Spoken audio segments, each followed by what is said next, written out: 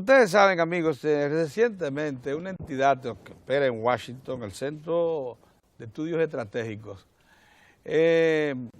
Internacional, que pretende mantener vigilancia continua del desarrollo político de toda América Latina, esencialmente, aunque también se dedique en ocasiones trabajo a otras regiones del mundo. Y dar, por cierto, notaciones de por dónde conducir el pensamiento político latinoamericano. Dio a conocer un informe sobre República Dominicana que ha demostrado ser muy sesgado, tal como lo calificó el expresidente Leonel Fernández, muy influido por una visión crítica opositora de la República Dominicana. Pero antes que ese informe saliera a la luz, el Observatorio Político Dominicano de FUNGLODE, de la Fundación Dominicana, Fundación Global de la República Dominicana, había creado un observatorio político dominicano que hace estudios de investigación acerca de lo que es todo el acontecer político dominicano, sus instituciones, etcétera. Y había hecho precisamente un estudio de la actualidad partidaria, política de la República Dominicana, y en especial acerca de un tema que se debatió mucho en la campaña electoral pasada, que fue el partido único, con lo que se quiso crear toda una publicidad que motivara al voto opositor. Por tanto, eso tuvo que ser objeto de estudio, porque esas son de las cosas que motivan a los centros de investigación. Hoy tenemos con nosotros al licenciado Omar Pérez Rubiera, que es el coordinador de la unidad de partidos políticos de este observatorio, y a Rolando Santana, que es el investigador del observatorio. Buenos días. Ambos de FUNGLODE, jóvenes que FUNGLODE ha venido en todas las áreas. FUNGLODE ha captado jóvenes que provienen de los altos estudios locales e internacionales, que no se engañen. Estos jóvenes tienen instrumentales, herramientas de investigación de las más avanzadas que existen. Buenos días. Buenos días. Bienvenido. Buenos días, muchísimas gracias. Para el Observatorio Político Dominicano es un honor contar con ustedes, que nos hayan invitado. Y no solamente tenemos estos instrumentos que investigamos, que aprendemos, sino que también tenemos un grupo de expertos detrás que sirven de lineamiento. Correcto. Por ejemplo, el director del Observatorio Político Dominicano es don Julián Valdés, un doctor, un PhD. Entonces tenemos esta guía que, si nos equivocamos metodológicamente, teóricamente, bueno, revisa esto. Tenemos esa guía que son muy importantes. Una puntualización. Efectivamente, el Observatorio Político Dominicano viene analizando la realidad del sistema político, del sistema de partidos, anterior al informe del CSIS. No obstante, el texto que queremos divulgar se produce no como una respuesta precisamente, pero sí a raíz de este texto. El texto del CSIS se titula, la traducción al español, República Dominicana se está convirtiendo en un partido único. Muy bien, dice esto. En un estado de partido único, dice, más precisamente aún. Oígame. Un estado de partido único. Bueno, leemos el texto, no vamos a entrar en los detalles del sesgo que pueda tener, pero leemos. Y lo primero que nos llama la atención es que en ninguna parte del texto se da una precisión, una definición de lo que es partido único. De hecho, la pregunta que se plantea el título es totalmente abandonada. De entrada ya, esto complica dar una respuesta a esta investigación, porque si es solamente retórico, como nos confirma el autor en un correo ya que intercambiamos, bueno, pues no es un elemento... ¿Qué confirma el autor? O sea que solo es retórico. Sí, solo es retórico. Porque nosotros le mandamos el trabajo. Porque el objetivo de hacer este tipo de investigación no solamente los resultados a lo que se llegue, los resultados podemos debatirlos. El objetivo es elevar el debate. Se viene hablando de partido único desde anterior a las elecciones de 2012. Bueno, nosotros le mandamos el texto de nosotros, de que vamos a hablar de los hallazgos y los resultados y el aporte. Y él nos responde, bueno, pero hemos dicho que el texto no es académico, que el texto es un informe, nosotros fuimos, lo titulamos así retóricamente. Nos respondió él. Pero es una irresponsabilidad porque usted lo está difundiendo a través de medios de comunicación. Bueno, no todo lo que se difunde en medios de comunicación tiene rigor científico, ni quizá deba tenerlo. muy importante. Es muy importante que hayan periodistas que se ciñan a estos rigores y es importante quizás juegue una función social que no lo hayan. O sea, que hayan periodistas menos rigurosos, que sean denunciantes.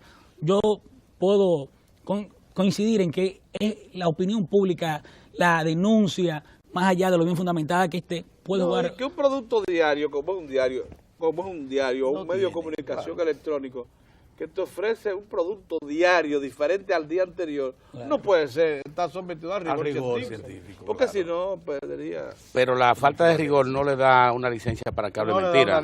Porque cuando usted me dice, eso es como que usted diga, no, eso son palabras al aire, pero yo no creo en eso. Quisiera que aprovecháramos primero para ver el concepto de esto de partido único, para que la gente entienda de qué estamos hablando. Cuando dicen que ¿de qué estamos hablando? Se encamina hacia un estado de partido único. Sí. Bueno, ¿qué significa eso? Pero Orlando, ¿de qué estamos hablando? Cuando se habla de un partido único. Partido único. Un solo partido, nada más. Un solo partido. Es decir, donde no existe ni bipartidismo ni multipartidismo.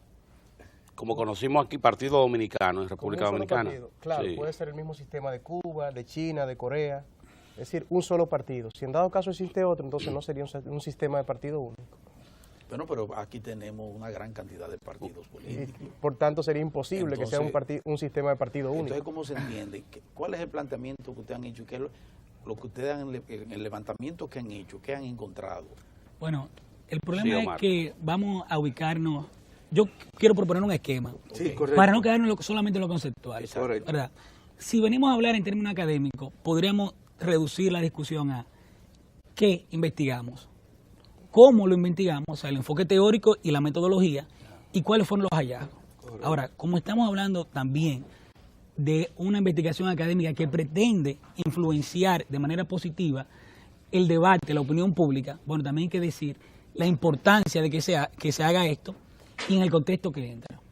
Entonces, ayer en una entrevista no se me permitió esbozar esto, y dijo, bueno, partido único es lo mismo porque los partidos están pocamente diferenciados. Sí. No, bueno, tenemos que ponernos de acuerdo al enfoque, tenemos que ponernos de acuerdo a qué conceptos estamos utilizando, porque si no hacemos eso, es como no ponerse de acuerdo al idioma. Así es. Sí. Entonces, cuando un periódico dice partido único, bueno, ya por lo que usted decía, señor Cava, el lector está informado de que puede ser una metáfora, que puede ser un texto que se utilizó rápido, es una forma de ilustrar, de llamar al pensamiento a una perspectiva.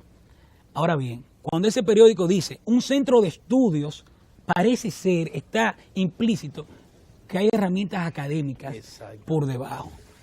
Y cuando one party state se utiliza, quien lo ve desde fuera dice, pero es ahí. No vale, quizá no lea el texto entero, lea la reseña, que es lo que normalmente pasa. Sí. Y quizá no te he enterado que el Partido Reformista, que el Partido Revolucionario Dominicano han ejecutado periodos de gobiernos, más de uno. Claro. Sí. Entonces dice, lee esto y dice, por eso le está pasando lo que pasó a algunos estados africanos, le está rumbo a lo que pasó en Cuba, y que desde la concepción de la democracia liberal, democracia representativa, es fuera de esa noción de democracia. Bueno, pero voy al texto, no me responde. Pero está bien, vamos a aceptarlo. Vamos a anterior a elecciones de 2012. Si el PLD gana las elecciones, la República Dominicana podía pasar a un estado de partido único. Entonces dice, bueno, ¿quién lo dice? Y yo quiero ser un poco más coloquial para poder ejemplificar. Si un titular en un periódico dice, cardiólogo dice, 50% de los dominicanos sufren afecciones cardíacas, cardiopatías. Bueno, porque lo dice el cardiólogo, uno dice, se está refiriendo a un problema, a una normalidad en el sistema circulatorio, probablemente el órgano principal, que es el corazón. Como lo dice el cardiólogo, uno entra en preocupación porque dice, un cardiólogo, se está muriendo, tiene riesgo de muerte. 50 por la mitad de la población. La mitad de la población. Ahora, uno dice, esto merece ser investigado. Pero qué decepción si cuando uno habla con el cardiólogo, él dice, no, pero yo me refería, era a que está afligido, porque bueno, lo que está pasando con los árboles le causa mucho daño, y el amor. Pero espérese, señor, usted es un cardiólogo, yo entendía. No, pero es que, no sé, tenemos que ponernos de acuerdo. Si lo vamos a utilizar en términos metafóricos, no podemos indicar las consecuencias que tiene el término estricto. Y aquí vamos, entonces ya entrando en tema. ¿Qué es partido único? Orlando decía, es un sistema en que existe un solo partido. Tanto, y no más. Y no más. Porque el partido oficial veta tanto de jure como de facto, tanto de derecho como en la práctica, todos los demás partidos. Ah, bueno, pero espérate. Y entonces, no, hay otra posibilidad. Puede que los demás partidos sean fachadas. Entonces hay que hablar eso también. Sí, claro. O sea, el hecho es que las leyes, el alimento jurídico, puede hacer que los demás partidos sean fachadas, o puede hacer también que las acciones, como se aplican las leyes, las políticas, puede hacer que los partidos no tengan ninguna relevancia. O sea, existen partidos reconocidos, pero no son partidos. Vamos a tratar de interpretar lo que dice ese sector que ha defendido, porque no podemos quedarnos... Claro. ¿Ellos le han usado mal el concepto? No. Bueno, pues eso puede pasar. Y hay que preguntarse si en República Dominicana hay algún indicador que muestre de ello. Entonces ahora respondimos para decir qué hicimos. No podemos responder al centro de Washington porque él mismo no se responde. No hay nada que contradecir. En términos de esa pregunta, por lo menos, habrán otras cosas. Sí. Pero en términos de esa pregunta, que ellos usaron retóricamente, no hay nada que decir. Pero vamos a ver cuáles son las tendencias del sistema de partidos. Para hacerlo en ciencia política, ¿qué hacemos? Vamos a revisar cuáles son las principales teorías que han elaborado al respecto, cuáles son las más relevantes. Y vamos a revisar, para no quedarnos en un elemento muy teórico, cómo se ha puesto en marcha cuando se aplican a los presidencialismos latinoamericanos. Bueno, buscamos esos autores que tienen desde los años 60 construyendo teorías y tratando de aplicarla a través de indicadores. Bueno, vemos. Bueno, encontramos la tipología de Sartori, claro, venimos estudiándola desde hace un tiempo, y vemos que tiene una pequeña modificación, que es, en vez de utilizar el número para contar de Sartori, utiliza el número efectivo de partidos. Y de ahí se establece... ¿Sartori quién es?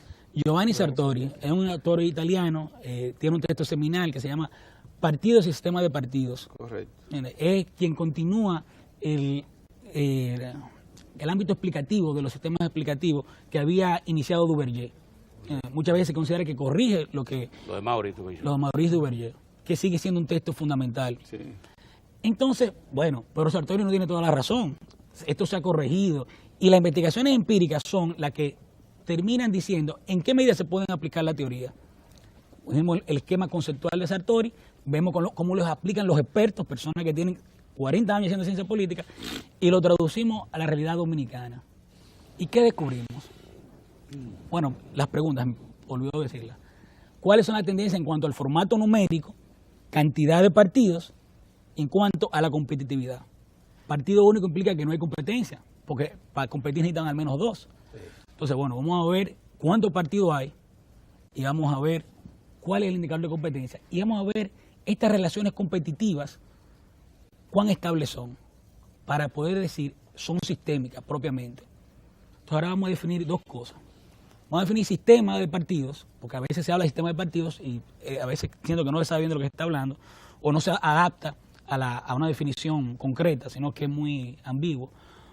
Y vamos a definir también cómo se cuentan los partidos en ciencia política. Entonces, el sistema es un conjunto cohesivo de elementos que interactúa entre sí y con el ambiente, pero que no puede ser explicado uno de ellos por la suma de sus partes, independientes cada uno, porque uno explica al otro. Así, el sistema de partidos es la interacción, los partidos y sus interacciones con ellos, con el Estado, la sociedad, y esto supone también una continuidad. Llegamos a entender de esta forma que el PLD no puede ser entendido si tú no entiendes al PRD y viceversa. Son las competencias, son las interacciones competitivas por la búsqueda del poder, lo que van modelando a las partes de un sistema, en el caso del sistema de partidos. Ahora, ¿cómo se cuentan? El formato numérico es muy importante, las preocupaciones pueden ser válidas. Los partidos se cuentan de acuerdo a sus probabilidades de alcanzar el poder, de obtener mayoría de votos, de obtener mayoría parlamentaria, y lo que a veces se ha denominado capacidad de chantaje, la capacidad de condicionar el sistema, el tipo de competencia. Podemos decir, bueno... Mediante el ambiente nacional, mediante una acción dirigida. Mediante una acción dirigida, exactamente.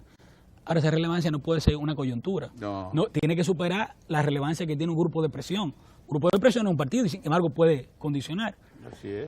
Por ejemplo, el PLD en el 78, que obtuvo 1.18% de los votos.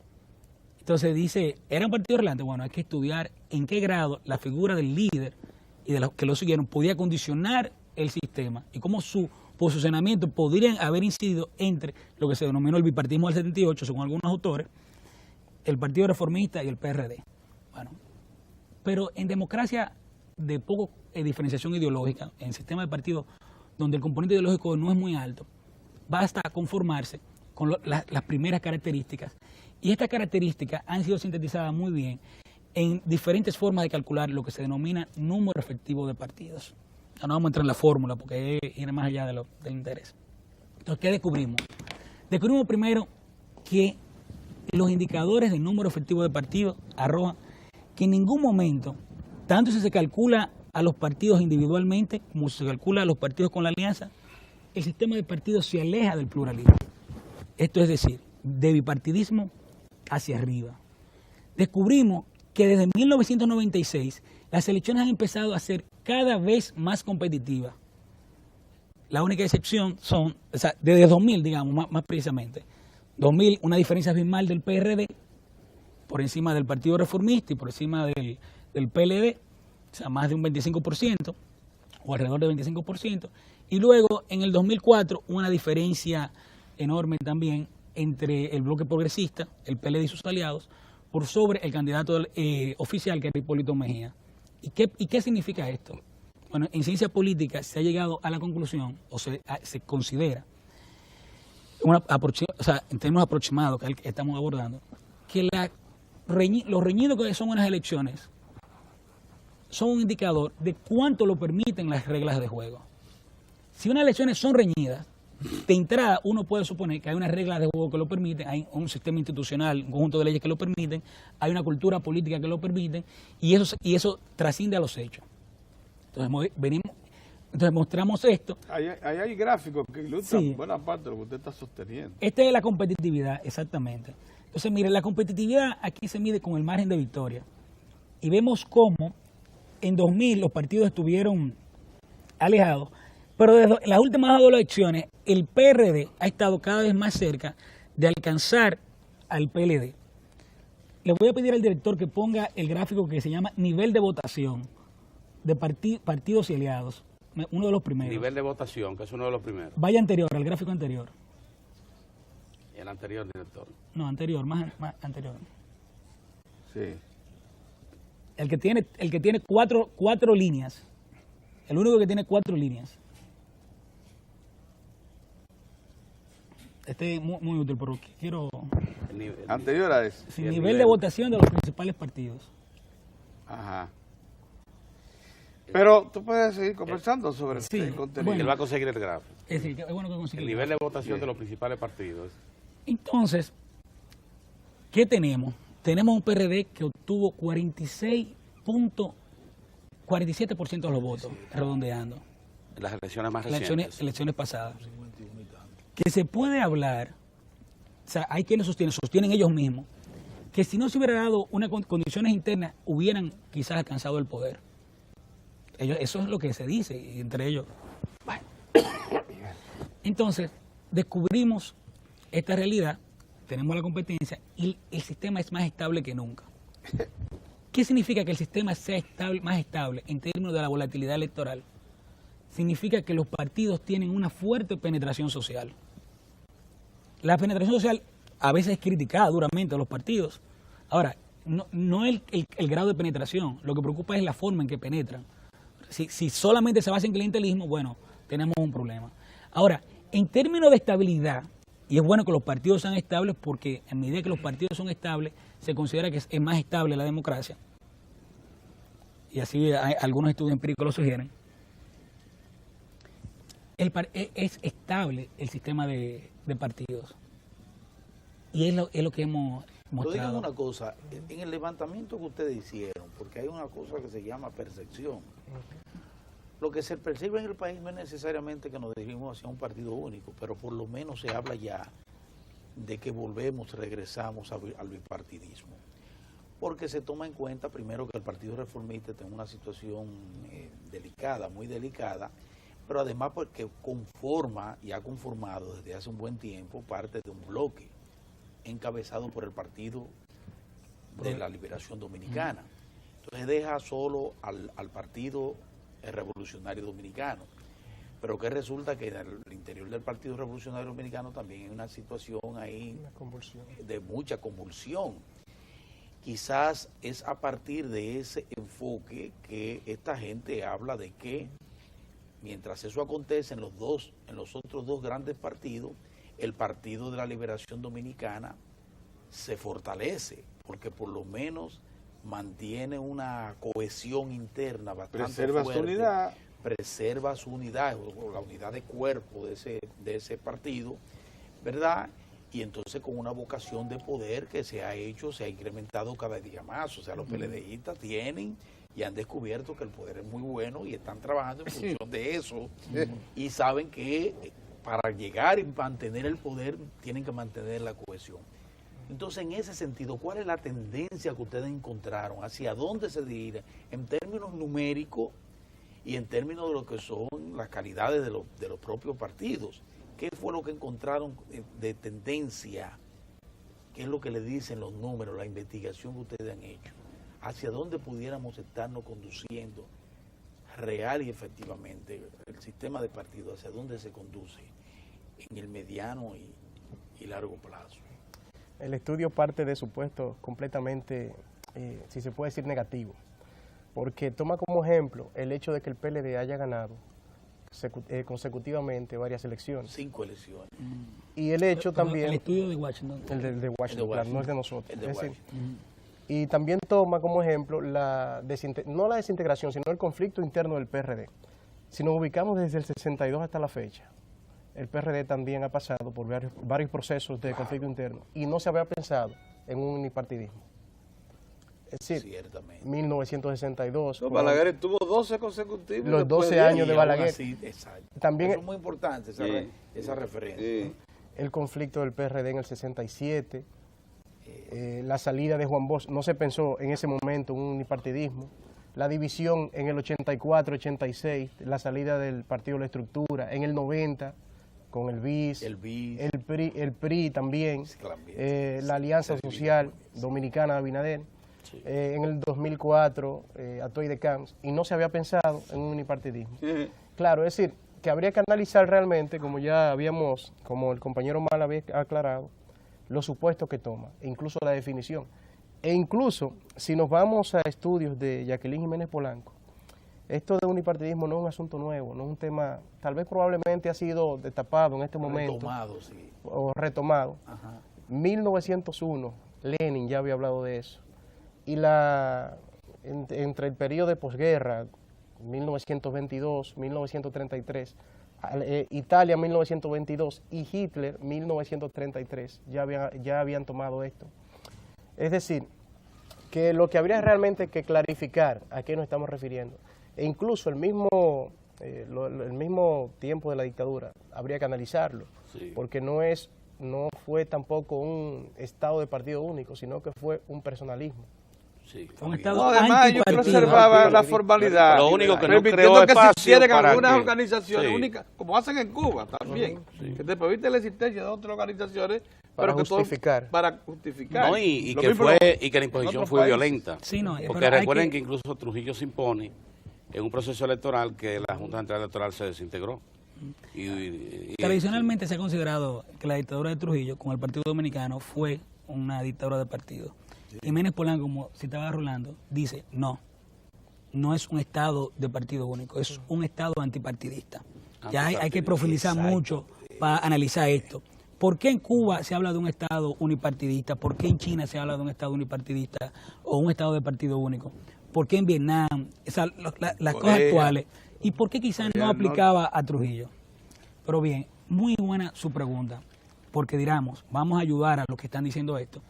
No es de partido único que se está hablando.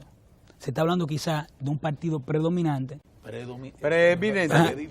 Y se está hablando de un partido quizás hegemónico. Wow. Que es otra cosa. Es otra cosa. Entonces, elegimos la tipología de Sartori porque nos habla de todo esto. Y nos dice, bueno, anteriormente cuando se habla del partido único, y se refiere a Duvergé inclusive, lo confundíamos todo. No, hay que dividir, no lo unipartidismo, sino los sistemas de menos de 2 partidos, para ponerlo así, no es una diferenciación técnica. Vamos a empezar, sistema de partido predominante, y lo define. Un sistema de partido predominante es un sistema que puede tener alineamientos electorales bipartidistas, alineamientos electorales multipartidistas, pero un partido se ve apoyado constantemente por una mayoría parlamentaria, por una mayoría de los votos. Y dice, bueno, esto quiere decir que el sistema no sea competitivo. De ninguna manera. Bueno, pero de ninguna manera. De ninguna manera. Como no lo fue cuando el PRD, para las elecciones del 2000, ganó 29 senadores. Ahora miren. Y más de la mitad de los diputados. Así es. Ahora, lo que sí puede plantearse, y de ahí podemos hablar de la calidad de la democracia y de la calidad de la competencia de los partidos, es que ese sistema no competitivo genera menos beneficio. O sea, que hay un predominio absoluto de un partido, yo estoy de acuerdo, que genera menos beneficio. Claro que sí, en eso estamos de acuerdo. Porque si no hay una oposición sólida, bueno, los partidos de oposición no pueden rendir óptimamente su función de partido de oposición. Exactamente. Y los partidos lo que son, podemos tener concepciones idealistas, pero en términos de la ciencia política, los partidos son mecanismos de comunicación, Estado-sociedad, mecanismos de agregación de intereses. Y agregación de intereses significa mantener la expectativa a la alternancia del poder por medio legítimo. Claro. Porque si eso no se da, si no hay una agregación de intereses, ¿qué tienen los grupos de presión? ¿Qué tienen los sectores de intereses? Bueno. Pues, mire, ustedes prácticamente han desmontado la denuncia, pero hay un asunto, se nos está acabando el tiempo ya, que a mí me parece preocupante. Como un centro internacional de investigación, como de estrategia de Washington, que ha tenido hasta cierto punto algún grado de aceptación formal en el campo internacional, somete y da a conocer un estudio tan sesgado, tan apartado de la realidad. ¿A qué creen ustedes que puede atribuirse tal comportamiento? Yo le quiero decir una cosa, porque sería mío especular, sería salirme de mi dimensión. Sí, Omar. O sea, pero miren una cosa, un ejemplo de mi profesor de formulación de proyectos. Él plantea 2 ejemplos cuando se formulan proyectos, cuando se quieren hallar soluciones. No presentes soluciones disfrazadas de problemas, presenta problemas. ¿Entiendes? La solución es diversa. Ahora, si tú presentas la solución disfrazada de problemas, ¿qué tú estás diciendo? Normalmente el que hace eso tiene un interés detrás. Claro. Partido único, ¿qué quiere decir? ¿Cuál es el partido único? Si ese es el problema, no conceptualicemos, dejémoslo ambiguo, hay una solución detrás. Y dice otra cosa, voy a poner este ejemplo. Y es ¿por qué este esfuerzo tiene validez? Y antes de decir eso, ¿cuál es el alcance? Decir que el sistema del Partido Dominicano no es unipartidista, no es hegemónico, que pueden caminarse al predominio o no, no es decir que está todo bien. Es decir, es esto lo que hay, con datos empíricos constatables, auditables, contestables, me pueden refutar y se elevó el debate. Si al final yo no tenía razón, nuestro estudio no tiene razón, se elevó el debate porque ya estamos discutiendo en otros términos. Claro. Ahora bien, para llegar a Santiago, ¿qué hay que saber? La ruta.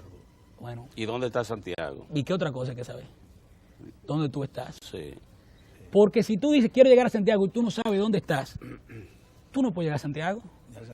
Entonces, es lo que digo, en busca de soluciones, uno no puede decir, porque las cosas están mal, confundir lo que tenemos. No, tenemos que estar claros en cuanto a lo que tenemos, porque la ruta que uno ponga va a depender de cuán bien ubicado tú estés. Porque si yo estoy en Haití, yo no voy a coger la misma ruta para llegar a Santiago que si estoy en Santo Domingo. Entonces, de eso se trata. Pero entonces la tendencia es hacia el pluripartidismo o es hacia el bipartidismo. ¿Qué fue lo qué le indican a ustedes el estudio de acuerdo a, bueno, obviamente, a las circunstancias, a lo que estamos viviendo? Habría que hacer otro estudio realmente. Habría que hacer otro. ¿Qué lo estamos haciendo ya? El estudio no responde a eso. No responde a la tendencia. No responde a la tendencia que se aleja del unipartidismo.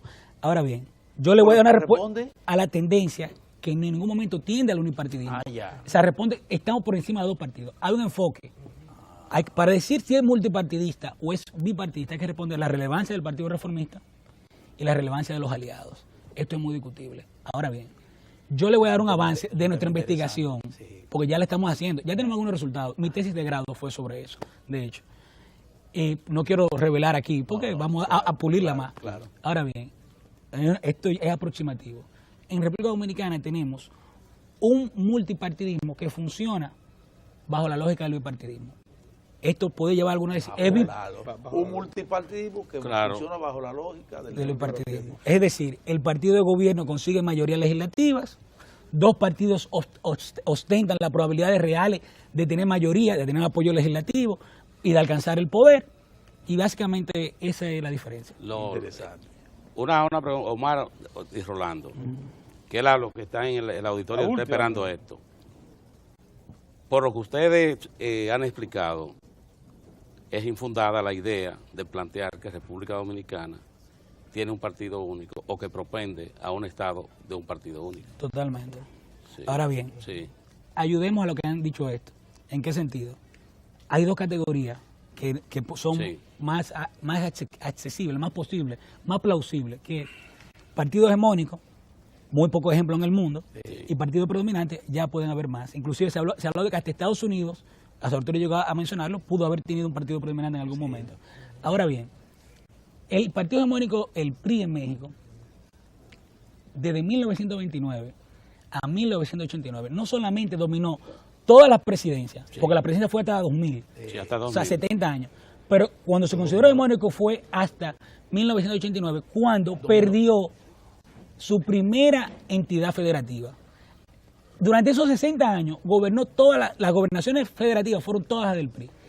Cuando se da un cambio en la regla de juego que permite que otro partido, creo que el PAN, accediera a una gobernación federativa, a un gobierno federal, a un gobierno estatal, hay un cambio que empieza a identificarse. Ese cambio se traduce años después en la victoria del PRD, en la victoria de Vicente Fox. De Vicente Fox.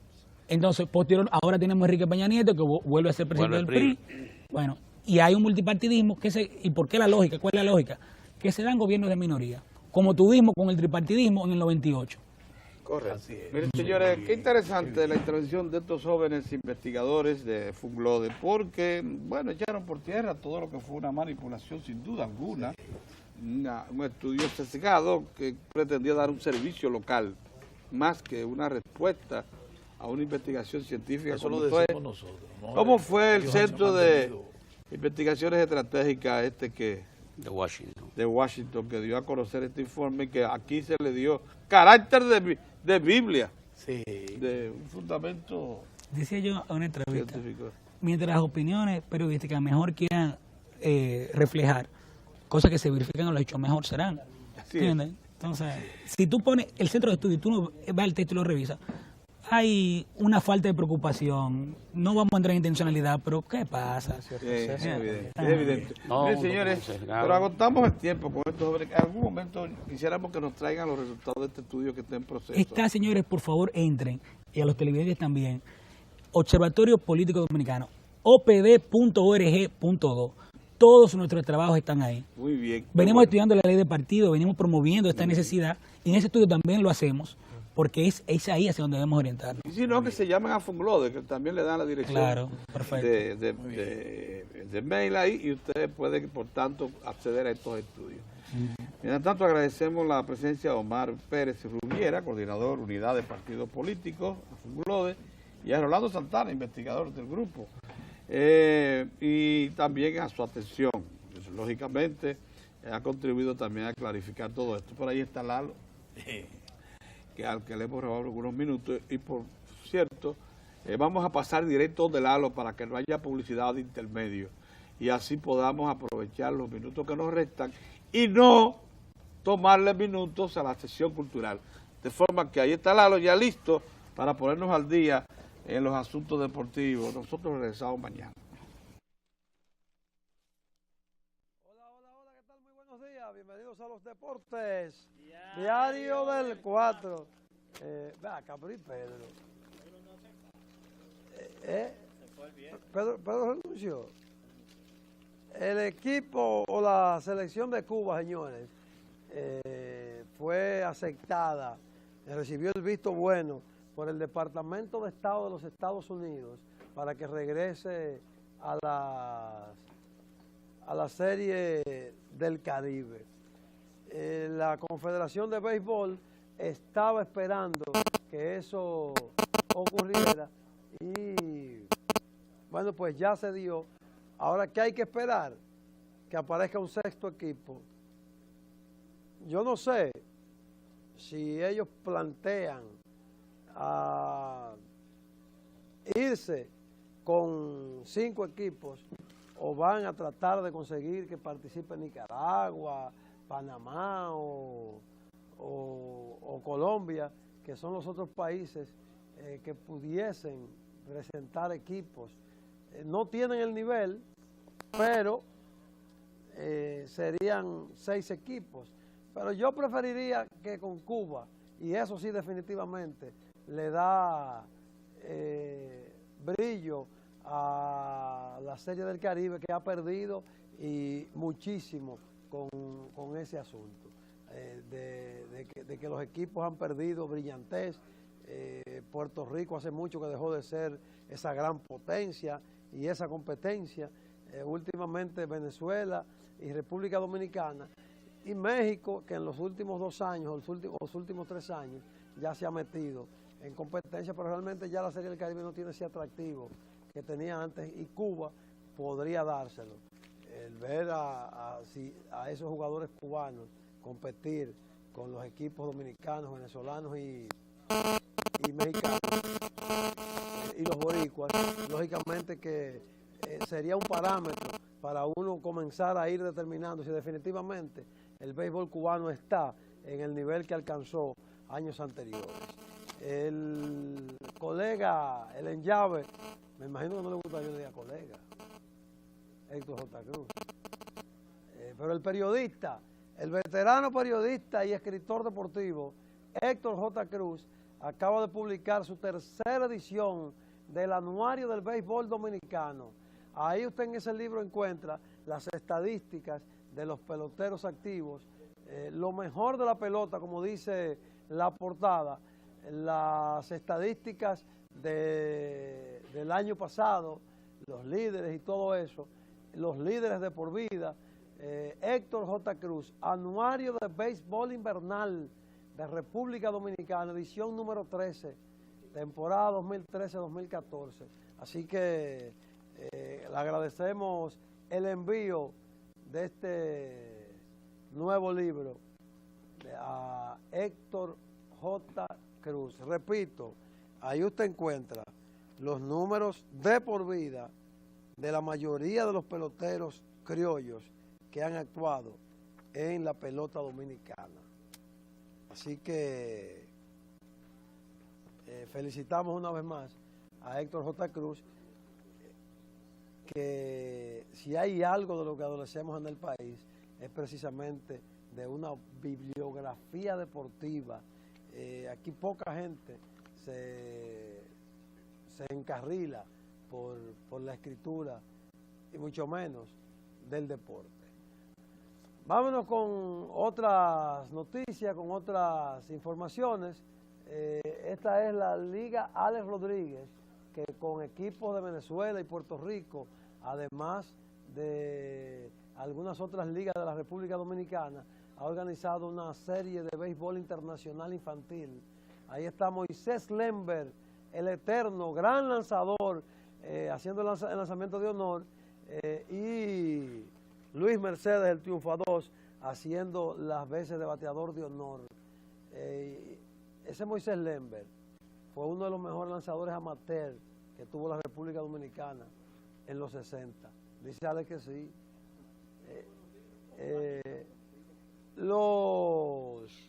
La Academia Deportiva Luisito Mercedes tiene al mediodía de hoy la rueda de prensa ya tradicional de su torneo navideño. Luisito tiene 12 años con su liga, 13, pero ya tiene 24 organizando un torneo navideño, así que esta es la edición número 24 de la edición del torneo navideño, que está dedicado a Francisco Javier García, ministro de Turismo. A las 12 estaremos en el Club Mauricio Báez, ahí compartiendo con Luisito, con los amigos de la prensa y con los que quieran ir a acompañar al exitoso Luisito Mercedes. Mientras tanto que la Federación Dominicana de Gimnasia clama por ayuda porque no tiene dónde entrenar a sus atletas de manera cabal, de manera regular, para que el trabajo pueda mantenerse y el trabajo de desarrollo y crecimiento siga hacia adelante. Vamos a escuchar al presidente de la Federación, Edwin Rodríguez. Fíjate, tenemos un principal escollo que son la aparatología. Ya hemos venido a través del tiempo expresando los problemas que tenemos de la aparatología. Lamentablemente así no podemos dar el gran paso o el gran salto. Ya la hemos dado con todas esas precariedades, pero si podemos tener esos aparatos, de seguro que vamos a obtener medallas en esos campeonatos del mundo y posiblemente en unos Juegos Olímpicos, pero necesitamos ese upgrade, vamos a decirlo así, de los aparatos. Lamentablemente tenemos dañado ya de hace 5 años la fosa, donde hacemos los elementos de mayor dificultad, y entonces al estar dañada tenemos que ir a otros países para poder practicar en una fosa. Entonces, así esa continuidad no la tenemos. Entonces, no podemos, lamentablemente, superar todas esas adversidades técnicas que se necesitan para poder lograr las metas que queremos alcanzar. O sea, que cualquier hora, todos los días. Tanto, nos vamos para la pelota. Ahí estaba la raya por la tercera base. Eran los Toros que estaban al ataque con Héctor Gómez, el campo corto y antesalista, conectando esta línea por la raya de la tercera. Anotaba la carrera triple para Héctor Gómez. Anotaban la de irse arriba los Toros contra el Licey, contra Smil Roger, que debutó en el día de ayer. El roletazo entre tercera y short no le llega a Valdés. La bola sigue de hit hacia el left field. 3-1. Estaban ya arriba los Toros.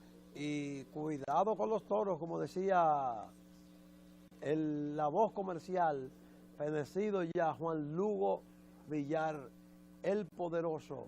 Vamos a ver al Licey entonces con la respuesta. Ya Maico Navarro, que ha despertado. La línea por el left field. Viene desde primera. Anderson Hernández dobló por tercera. Sigue para la goma. No hay disparo a la goma. 3-2. Se ponía el partido. Y decía Anderson Hernández, ¡vamos arriba! Con la otra palabra, que siempre le sigue a esa. No, le sigue un San Antonio por lo general. No, pues yo no la voy a decir así, pero por lo general le sigue un San Antonio. ¡Vamos arriba! San Antonio. Línea de Hassan por el center field corto. El partido se empataba, pero después vino el palo de la gata de Pedro Feliz. Con el juego 5-5, Pedro Feliz conectó soberbio cuadrangular por el jardín izquierdo que puso delante a los Toros 6-5, y el Licey está perdiendo la serie particular de un equipo sotanero. No, pero está un grito. Ahí está Valverde, papa grande, fly por el left field para cerrar.